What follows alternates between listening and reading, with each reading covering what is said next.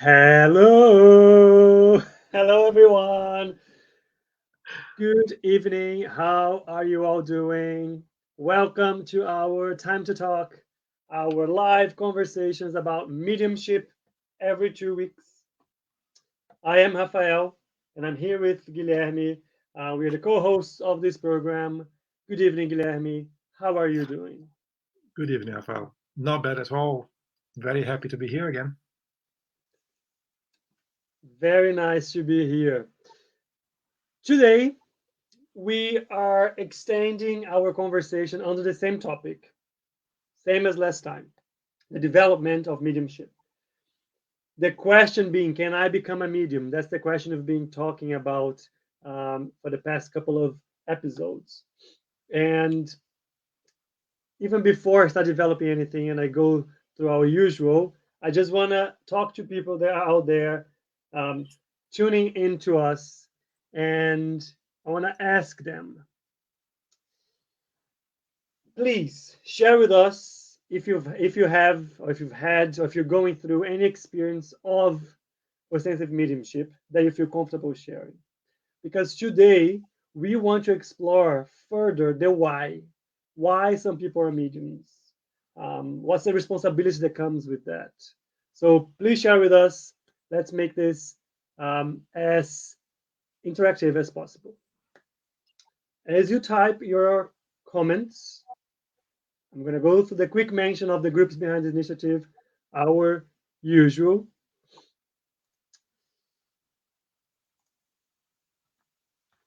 First of all, Spiritist Society of London.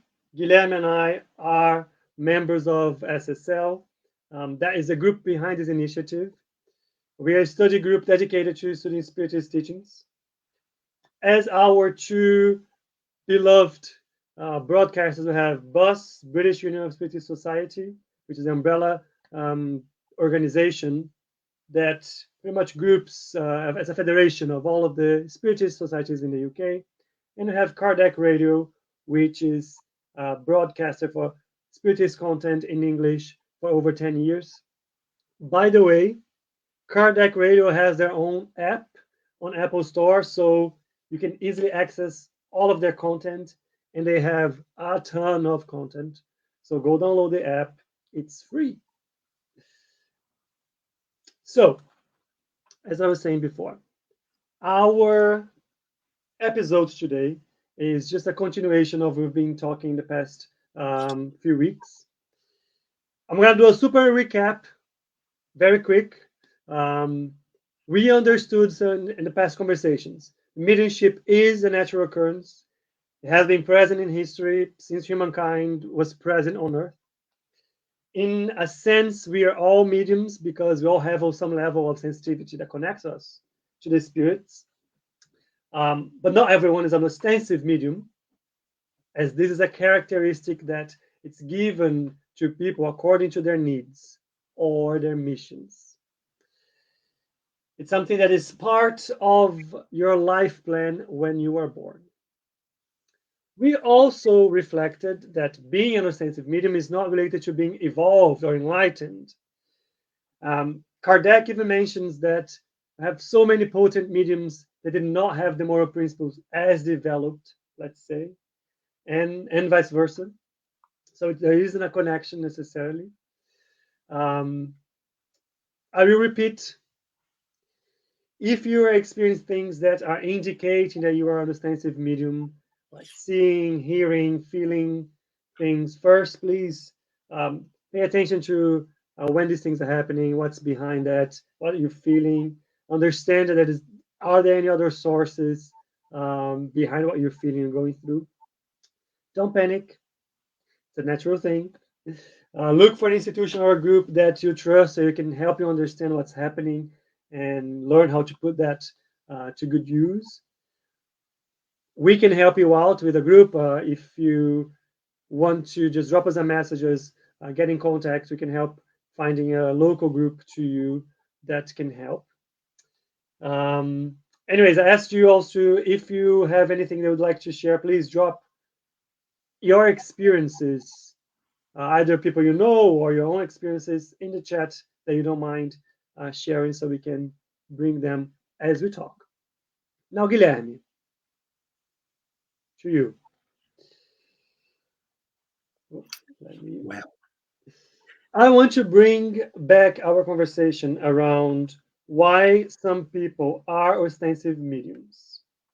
What is the need that we have, or what's the reason why we have ostensive mediums amongst us incarnate? Rafael, first I need to say that there are thousands and thousands of mediums around the globe. Sometimes we can easily identify them. Sometimes we need to pay a little bit more attention. And the reason to have all of them here on Earth is because mediumship is a powerful tool to improve ourselves. Most of the time, before we reincarnate, we are part of the decision to be mediums. And we felt blessed when this opportunity is granted, because mediumship is a powerful tool to fix what we left behind, to How? fix How, what how we is how left. is that so? No, sorry, let me jump in straight away. How is mediumship a tool to fix these things? Let me start answering this question, refreshing our mind that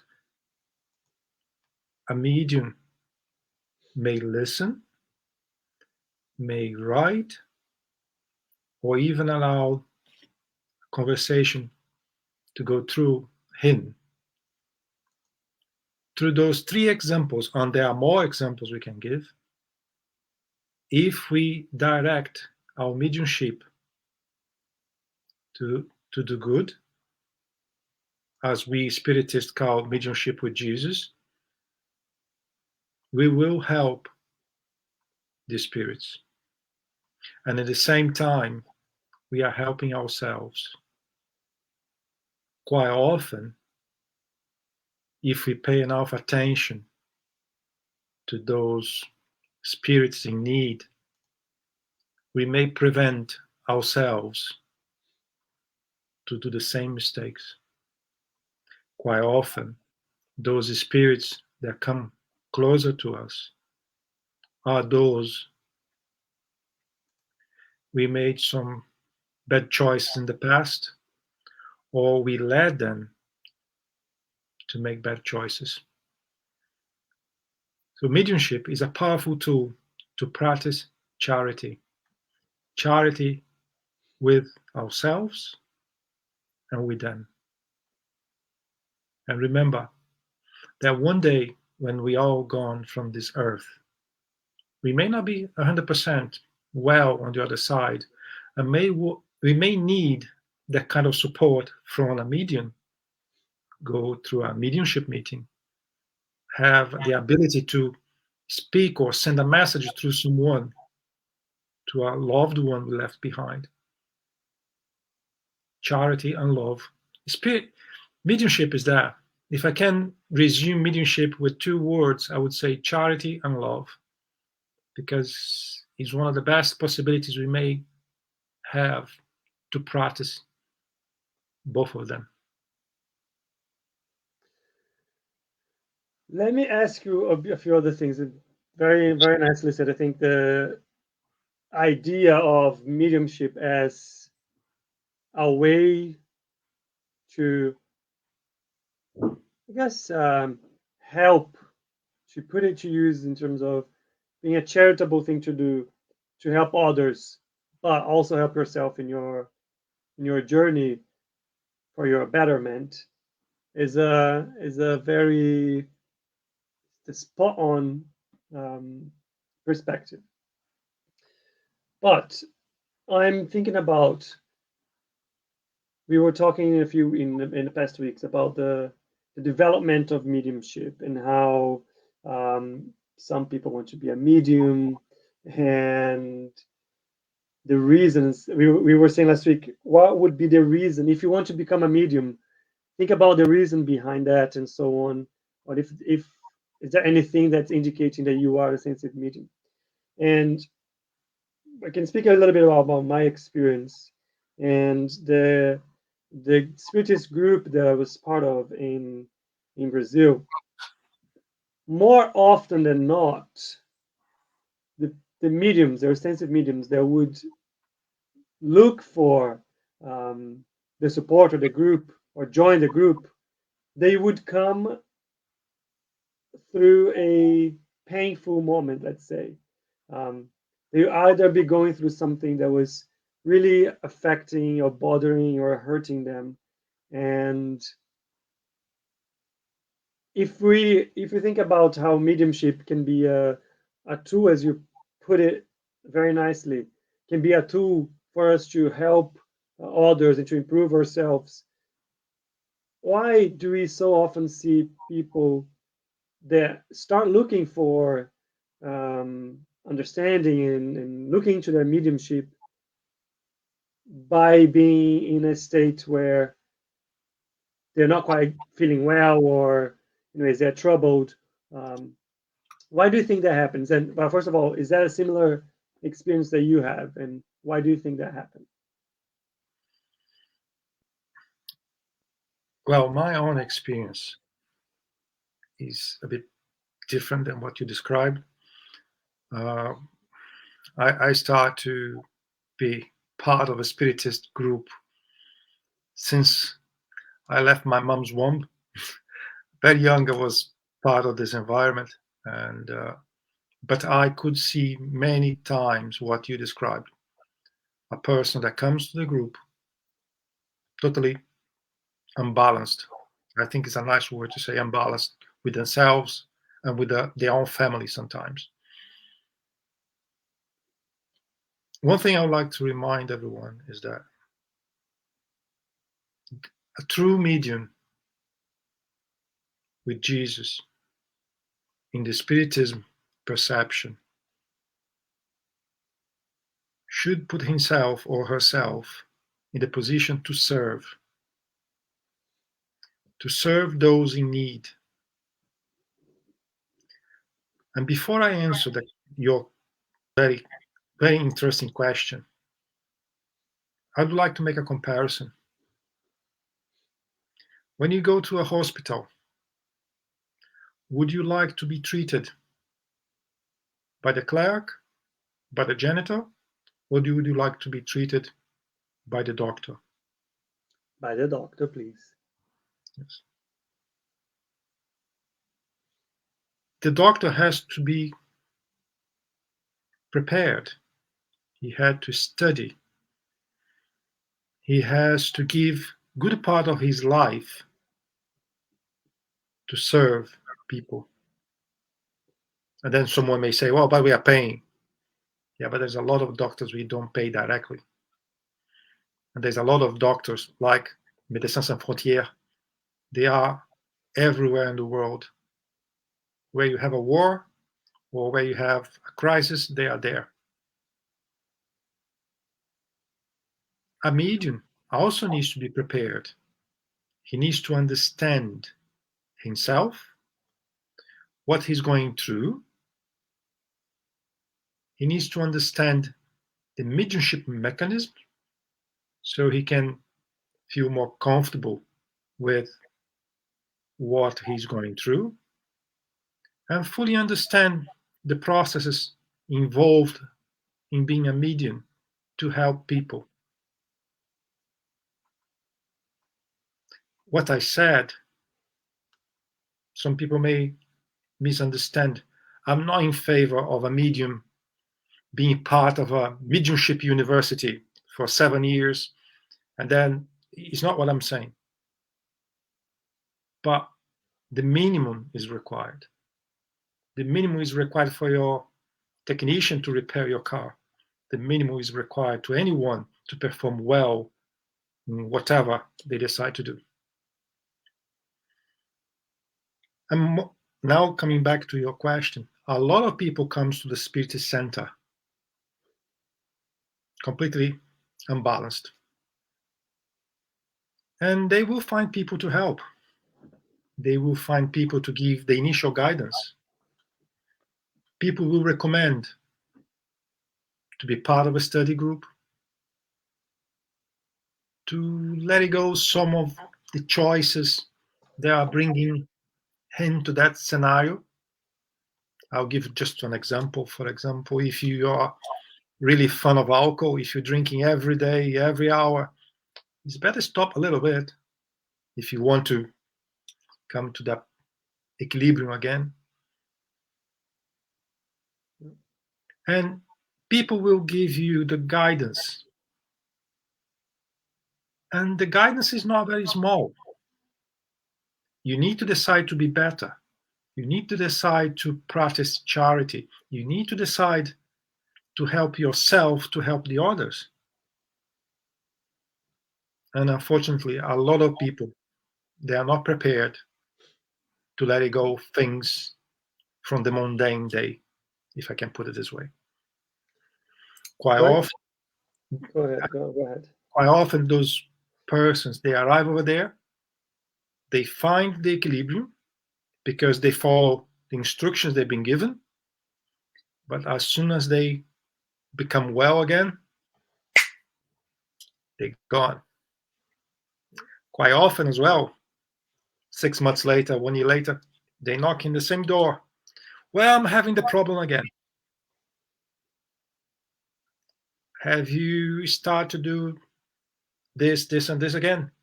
Oh, yes.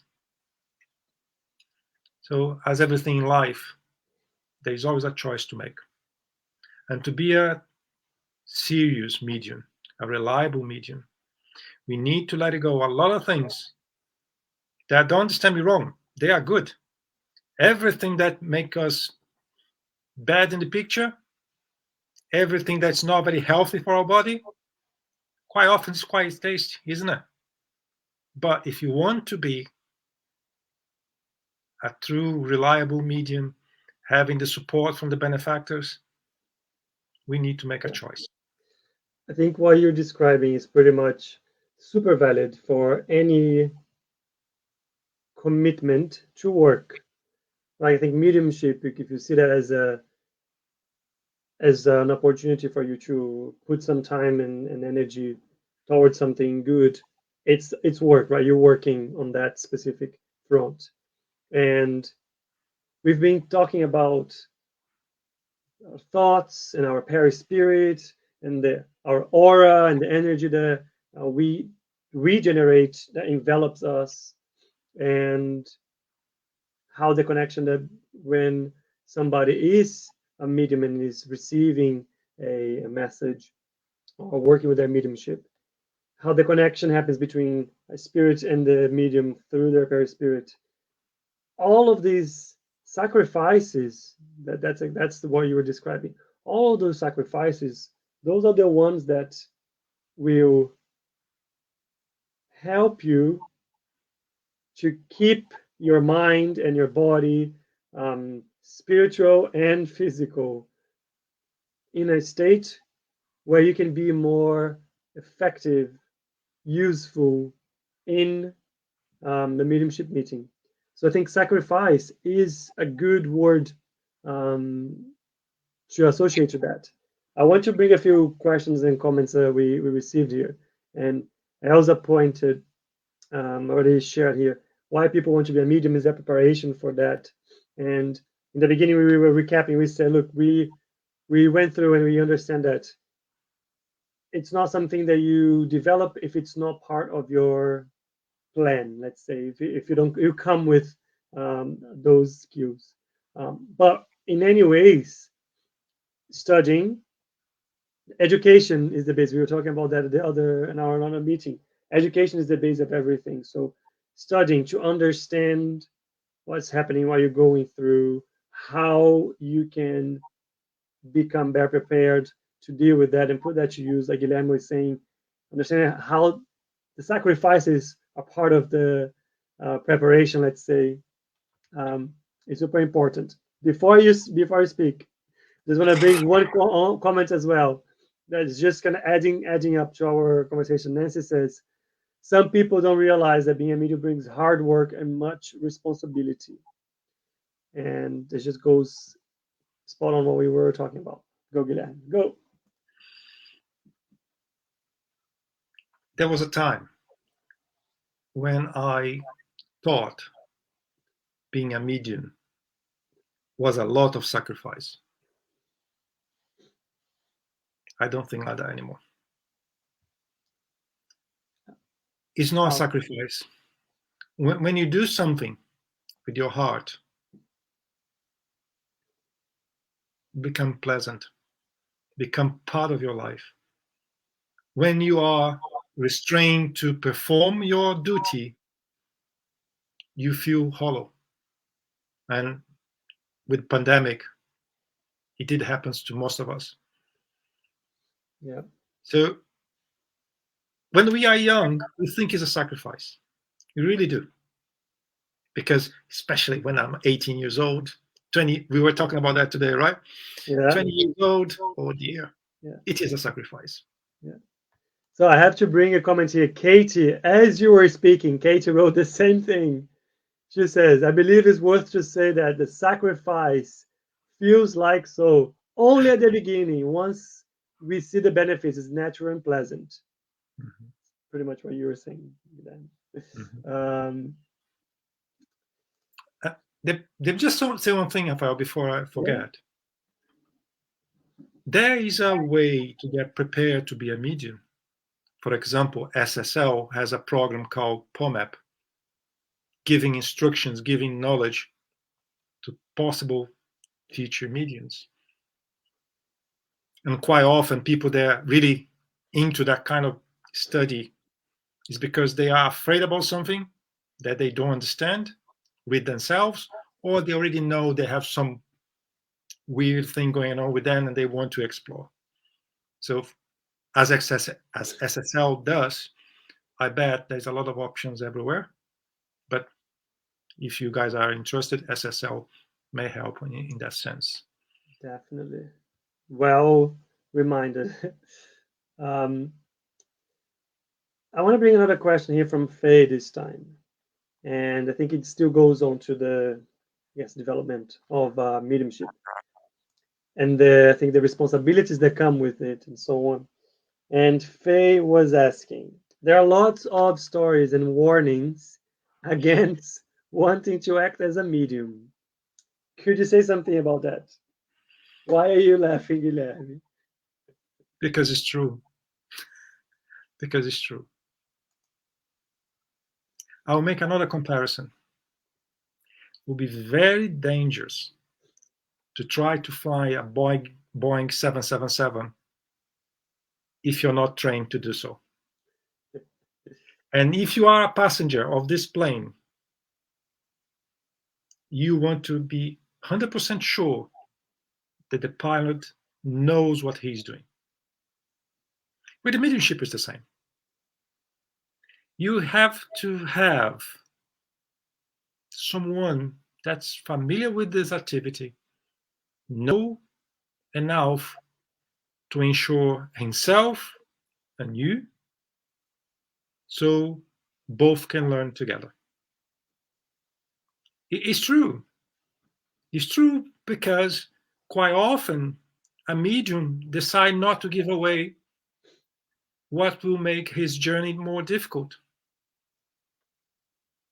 And if you've been given instructions how to fly a plane, and when you are landing, you decide not to put the wheels down, the landing gear, you will crash. You may hurt yourself and other people. Mediumship is the same. You need to start slowly with a good supervision. You need to study, not for a period. The medium needs to study all his life. He's always something new. What do you mean something new? Everything was written by Kardec 200 years ago. He really wrote a massive compendium called the Medium's Book. but there is more information nowadays, more interpretations of what he brought to us. And as himself said, follow science. Spiritism is a progressive philosophy. If you decide to remain 200 as it was 200 years ago, you're not following his own instructions. And not only that, if you read the same book 3 times, I can guarantee that on the third time, you realize that something slept through your attention and the 2 previous times. So it is a constant learning process. Yeah. And I hope I have answered, Faye. You made a very good point in terms of science, because we know, for instance, that there were so many developments in medicine to understand the function of the pineal gland, and we have been, I guess, lucky is not the right word, but I'm going to use it anyways. Lucky enough to have known about how that is our center of thought, let's say, that connects. It has such a huge role in anything spiritual in our lives. I received a message from Geraldinho that used to Mhm. work with Chico Xavier. I think it was yesterday. Scientists just discovered a different type of matter, and they are considering that will change the physics as we know. What kind of stage of matter is this one? Are we getting closer to find what we call perispirit, the spiritual world? What is this new physics coming through? A lot of things we think we know may change in the very near future. Very, very true. I want to move to even more practical comments. And if all of you, and by the way, thank you for the comments. I see Katie, Natalia, Nancy, Fadia, keeping them coming. I'll bring them on. But bringing this to a bit more of a practical exploration, we always bring the André Luiz and his books as examples, right? Yeah, they're very close to our heart, because they are pretty much, I guess, playbooks, or it's just so many lessons in a single book, in terms of things to sparkle our reflection on the things that we could be changing, could be doing differently on our day to day, that we don't even stop to think about it. The first book is the Astral City, where he explains about life in the spiritual city. Second book is a super interesting one, and that's the one that we're going to bring a couple of examples here today. It's called The Messengers. And in very simplistic terms, in this book, André Luiz gets involved with the works of a department of Astral City that is responsible for, I guess, the mediumship phenomena, putting the mediumship phenomena, putting mediums to good, elevated work connected to that astral city, dedicated to helping others, enlighten others through mediumship. So this is what the book describes, and I want to bring a couple of cases so we can talk about it. And those cases, they pretty much answer a question that Natalia asked, which I think would be great to bring some light to it, right? So Natalia says, amazing talk, guys. What can happen when someone comes to this life with an ability to be a medium, but does not pursue it?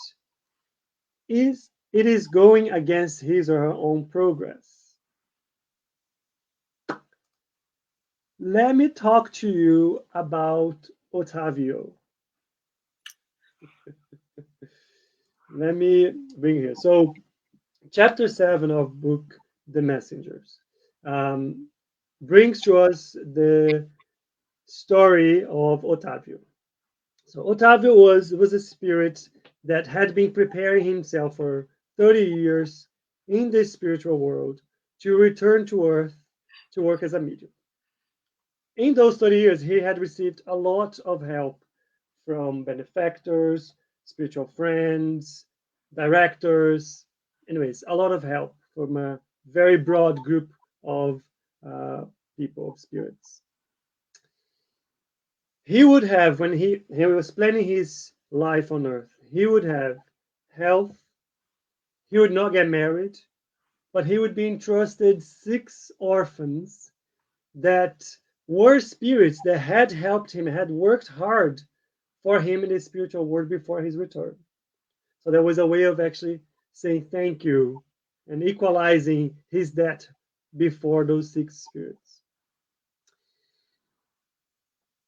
His work as a medium would start slowly and develop with much sacrifice, the word of the day.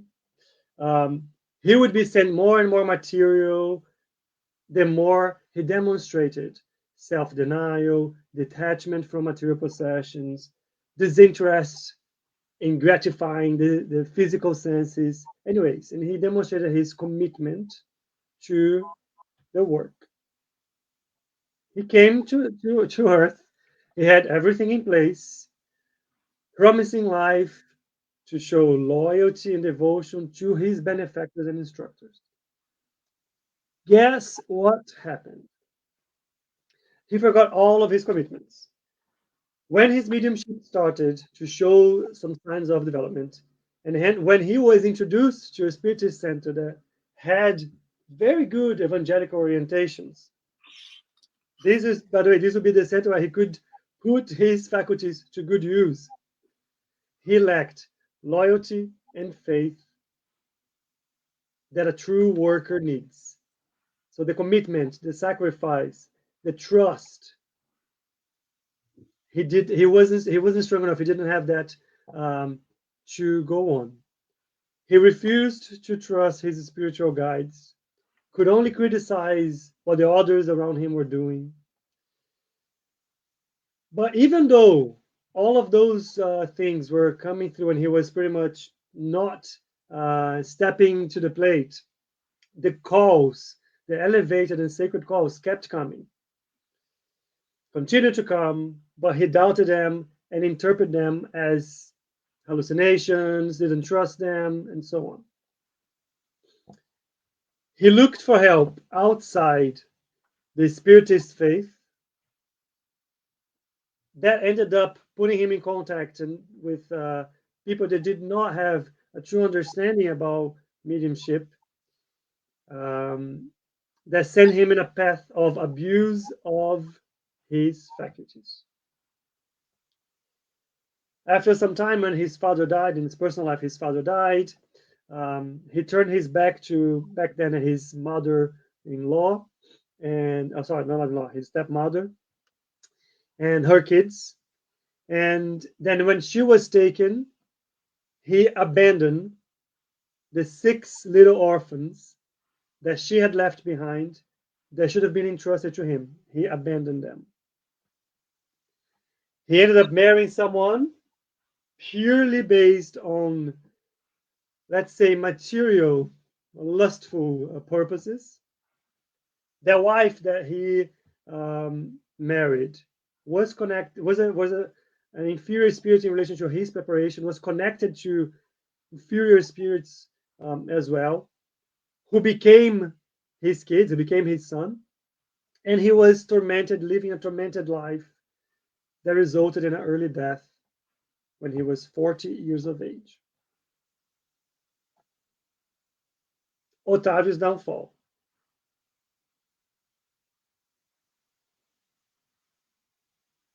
What do you think, Guilherme?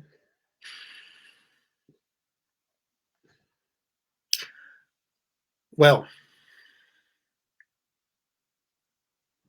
let me try to be subtle as possible because it's a topic that I heard over the years more than one interpretation. there are mediums everywhere. Every religion, no religion at all, Eastern, Western, hemisphere, everywhere. Right? I, as a medium, I understand that I did ask, probably I begged to be a medium because I would understand there was a way for redemption, if you want to put it this way. And when I incarnated, for several reasons, I decided not to be.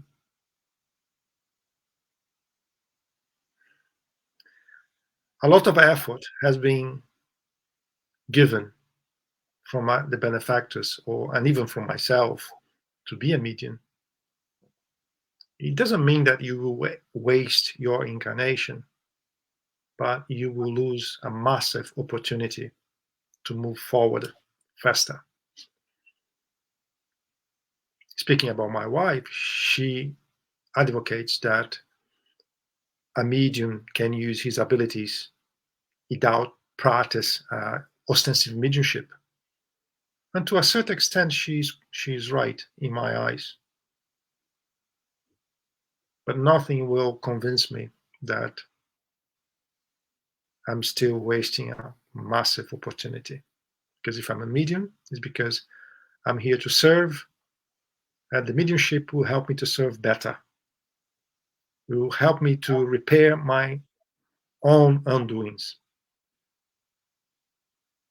Trying to answer Natalia's question is that I would advise, I would help, I would give incentive to a person that is really a medium to develop their own possibilities, because that will be help. It will be good for him or her and for a lot of people. Remember again, mediumship, medium is to serve. And if you decide not to be a medium, how many people you were supposed to help, to serve, and you decide not to? I think life is a consequence of decisions. You choose something, or even if you decide not to choose anything, is already a choice. If in my incarnation plan I'm supposed to help 100 people, regardless if they were from my past or not, but 100 people, and because I didn't bother or didn't want it, or I was afraid to be a medium, I did not help 100 people. I think that will remain in your account for a little longer, and eventually you have to help them anyway. I want to bring Katie's comment and then make a bit of comment on that, because linked to Natalia's question. And Katie here is asking, would you say that if the person or the medium doesn't get it and surrender, someone who the person, the medium, love very much will perhaps suffer badly as a wake-up call to the medium who neglected their mission? It's, and I think I want to use that comment as a link to, we cannot analyze things separately. And when we talk about being a medium, Natalia was asking, being a medium and not answering to your call, let's say. Guilherme pointed out very well. In this specific case, Otavio's example, he says he was 30 years working with a group of benefactors around him to prepare himself for this life, the life that he had. So when you come with that skill, there is so much interconnection related to the experiences you're going to go through. There's so much amendments that you will be making because you had that skill. If you put that skill to good use, there will be so much protection of bad influences, let's say, that could end up making you worsen problems, create new problems. So there are so many things in part of your plan that will be impacted. Like what the question that Katie put now is, could it affect negatively somebody who is close to the person? Yes. Is it a rule? No, but it could, because who knows if by, remember we talking about sacrifice, by the sacrifices that you make, by the commitment that you show, by the loyalty, the faith, and so on, you attract to you more benefactor, good spirits. You repel from you the ones that are trying to get close to you because of your lessened inclinations.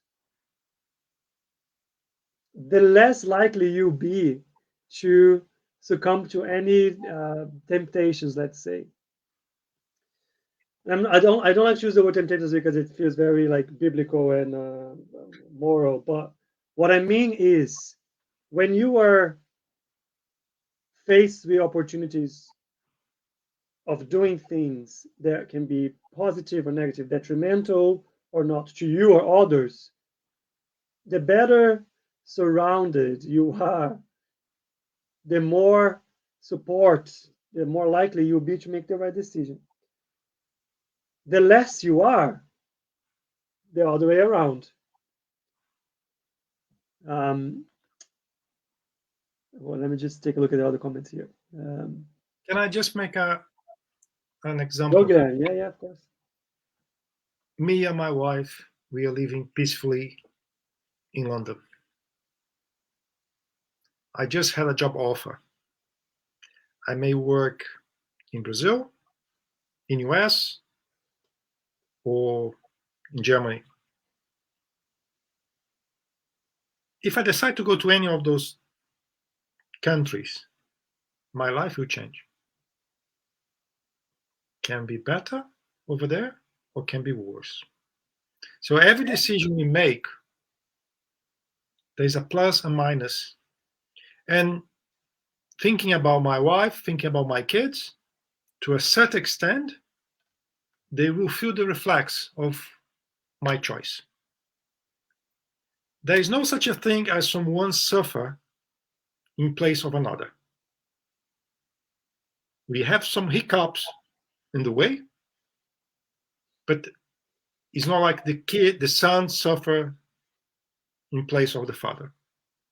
But we need to understand that the environment may change, right?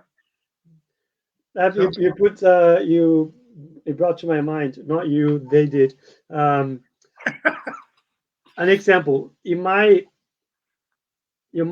else will never suffer for what your debt is, but in that uh, life plan, you were maybe as a medium that, if committed to work and with the sacrifice and so on, it kept its inner peace and strength. Maybe you would have been a necessary support to help your partner, to help your son, to help your brother, anyways, to help somebody close to you go through a specific challenge that they might have in that life. And because, I mean, again, this is not like a math, it's not a science, right? But because you didn't prepare yourself to be that help when needed, you might lose that opportunity. Mm-hmm. So it's so many ways. Like that. Have a comment here from Buzz. Medium is a vigilant worker 24/7, which is so true. Katie also mentions very similar. More than we know. Well, Katie also mentions when we were talking about the sacrifice and so on and the development of it. It's a matter of embracing mediumship in a daily life, just like we embrace our breakfast ritual every day. It becomes part of us. It's we need to I always take that out as a homework from any study groups, which is we need to create better habits. How do we create better habits? What are the habits that we want to create or change? That is how we change our behavior. I want to bring another example, another story. We still have 15 minutes, so we should have time. The next one, also from the book The Messengers. That one is chapter 8. We're going to talk about Acelino. Acelino's tragedy. Acelino had a different experience than our friend Otavio. But just like Otavio, he had received a lot of support from the spiritual benefactors. His life was planned so he would enjoy bodily health, mental stability. At the age of 20, he was called to the mediumistic work and received great support from invisible benefactors. He had great testimonies of clairvoyance, clairaudience, psychography. Himself and the groups that he was part of were really fulfilled with joy and satisfaction in terms of the works that they were able to produce thanks to the benefactors connected to the group. So, up until now, Acelino was doing well. He was involved with the group, he was showing commitment, they were receiving support from the benefactors. However, despite the enlightened lessons, he turned his faculties into a source of material income. He wasn't willing to wait for the abundance of resources that he would receive in his spiritual life after his work. After all, I like that thing. After all, weren't other religions doing the same and charging for spiritual work, religious work? Why couldn't he do the same? Even though the spirits that were behind the essence of the work, he thought his personal collaboration, or even though the spirits were the essence of the work, he thought that his collaboration as an intermediary needed payment, should receive a payment. So the spirits attempt many times to clarify his confusion and explain to him the challenges that he had and why he shouldn't pursue that specific path. But his inferior interest spoke a bit louder, and he started working only for paying clients. He became very popular, especially with people that wanted to improve their health or find solution to material affairs, businesses, and so on. So he shifted. He was still using his mediumship and his skills, let's call it. But instead of a school of virtue, fraternal love, and higher education, he was focused on business competition, legal relationships, criminal relationships, passionate whims, police cases. So the nature of his spiritual encircling changed completely. He found himself enveloped in the inferior mental currents of his troubled clients. When death came, the dark troop of criminal clients who had preceded him and he had helped surround him, demanding suggestions, guidance of a lower nature in terms of their material lives that they didn't even have anymore because they already passed. So when he is describing his experience and his remorse, he says, I had no desire to hurt anyone. However, I was meant to serve God and help brothers and sisters to achieve spiritual growth. That was his plan. But instead, he only made addicts of religious beliefs and occult delinquents mutilated in their faith and their thoughts. I think this is a sobering case because it gives us very clearly in our faces the elevated nature that mediumship should have and how it should help others, and the direct cause consequence, the issues that brings if it's put to use in a different way that is not according to the enlightened principles and plans that brought that medium to that moment. So I'll go back to Faye's question and comment, right? Which was why can we comment about people that want to um, take, be mediums or act like mediums or so on? Acelino's case is an example that we can take for us. Look at how he damaged an opportunity that he had, that he was committed to help others, by putting that to use in a different way, not as elevated. Rafael, I think as the rule number one, we should not judge anyone, right? It has been brought as an example that is on the book. That's a marvelous piece of information. But we all have different degrees of responsibilities and consequences. I cannot see myself making a penny with mediumship,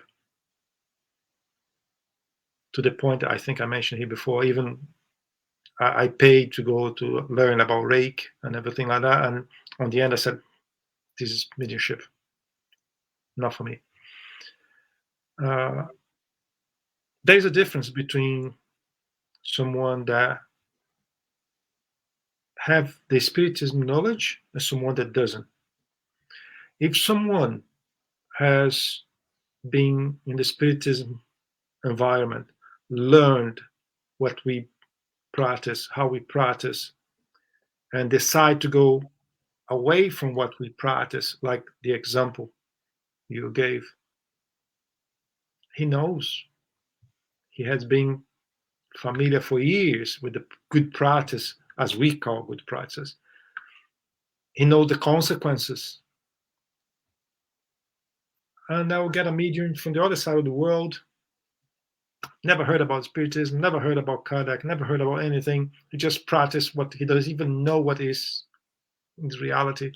But he hears some voices, he just give the voices and he charge for it, and he do not know. And I'll make a comparison. The Aborigines in my home country, they were carnivores. I forgot the word, but they used to eat human beings, right? Cannibals.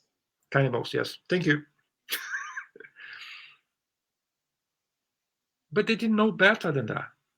To them, was just, I just kill the tribe, I'll get his heart, I'll be more powerful, and that's it. I'll live longer. He didn't know better than that. But if any of us here today decide to do the same, we know a lot more than they did back then. So our responsibility is different. I would say that is also a choice. You can practice your mediumship in so many different ways. If you do have access to a different kind of knowledge, grab it with your heart. It would be better for you. But the consequences are there, right? True. If you give an information, Yeah. perhaps that person is still waiting for you on the other side, wanting more information, as the example you gave. So I cannot say that will happen or not, but Yeah. and unfairness to the example you said, I saw already spiritists creating a kind of environment where there was no money involved, there was no material things involved, but was creating a kind of environment that a lot of people became dependent. Should I apply for the university? Should I buy the car? Should I move city? Should you know? There was no money involved, but Yeah. it's also creating the same kind of atmosphere. So the medium need to be very careful how to use his mediumship. That's what I would say as an advice. Let me bring a comment from Elsa here. When committed as a mediumship worker, serving our duties in our mediumship meeting, we give up a Christmas carol ticket in order to fulfill our duty. Example that happens to her. Um, Glenn, you mentioned something before we close because I have 5 minutes. Um, you mentioned something that was quite very, very good, which is look, the idea is never to judge anyone because we know our own, only us, we know our own pitfalls as well. So we're here to help and support and guide, but not to judge. And I want to bring something that comment that Nancy made in the beginning of the call that I was saving for the end because I want to link to this. And she said, I know a couple of mediums that give themselves a lot of importance. That's vanity when they had to be humble in first place, which is very much in line with the example that we just saw from the book, The Messengers. Um, but I want to bring a couple of quotes from the book just to kind of guide our conclusion or closure of today. First, it's from chapter 6, the one before these two. Um, when one of the I guess the lecturers or the benefactors are talking about it, and they summarize very very quickly. They're talking about mediumship as a big plan, as a mission, and the purpose that you have when you accept that task, let's say. Um, and he says the general cause of failure or in mediumistic work is the lack of a sense of responsibility and remembrance of the duty to be fulfilled, which is exactly what we saw with those two cases. Um, this specific chapter, he explains to us there's so many mediums that had a lot of support and they had big plans, big tasks to do, but unfortunately, once they come and are born and are living their lives here on as incarnate, they deviate from the plan. Um, Unfortunately, it happens a lot. But studying, reflecting, commitment to our own transformation, that's the way to go. The fact I have two couple of messages that I just want to bring before we close. And this is from chapter 7. And it says, to be honest, that is from our Otavio. Otavio described that in this way. I wasn't ignorant of the upright path that the Father had assigned to me for my struggles on the earth. I had generous friends from the higher planes, and they made themselves visible to me. I received messages full of love and wisdom, yet I fell slave to imprudence and vanity, which is the exact comment that Nancy brought to us um, before. And who can say that we are not susceptible to imprudence and vanity in any of our struggles in life? But I want to close one thing, and I think that is I guess, the main weight in terms of the responsibility that the mediums bring when they are when they come in this planet. And this is the last one.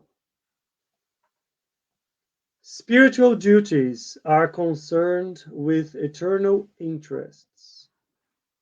The stewards of the soul's assets are endowed with extremely heavy responsibilities. The studious, the believers, the sympathizers in the arena of faith can allege ignorance and inhibition. However, clergy have no excuse. The same applies to the mediums. Missionaries live with a storehouse of such conviction that nothing can exonerate them from the guilt they amass.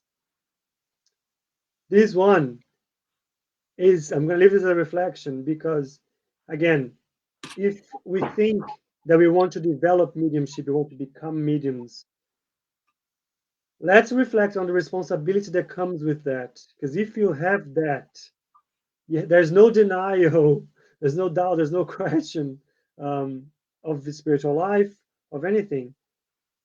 And with that comes the responsibility of helping others to live their lives based on those principles. That was it. Um, Today was great. Again, a lot of comments. Thank you so much. Thank you, Katie. Thank you, Elsa. Thank you, Tibor. Thank you, Charlize, Natalia, Faye, Nancy, Pericles. I'm trying to say all the other names. If I missed your name, I'm sorry. We But missed thank you so Bruce much. today. Go ahead, Guilherme. We missed Bruce. We missed Bruce today. We'll let him off the hook. Again, thank you so much. Hope to see you in a couple of weeks. That is bye from me, and that's bye from Guilherme. Thank you very much to everyone. That was a pleasure. Ciao.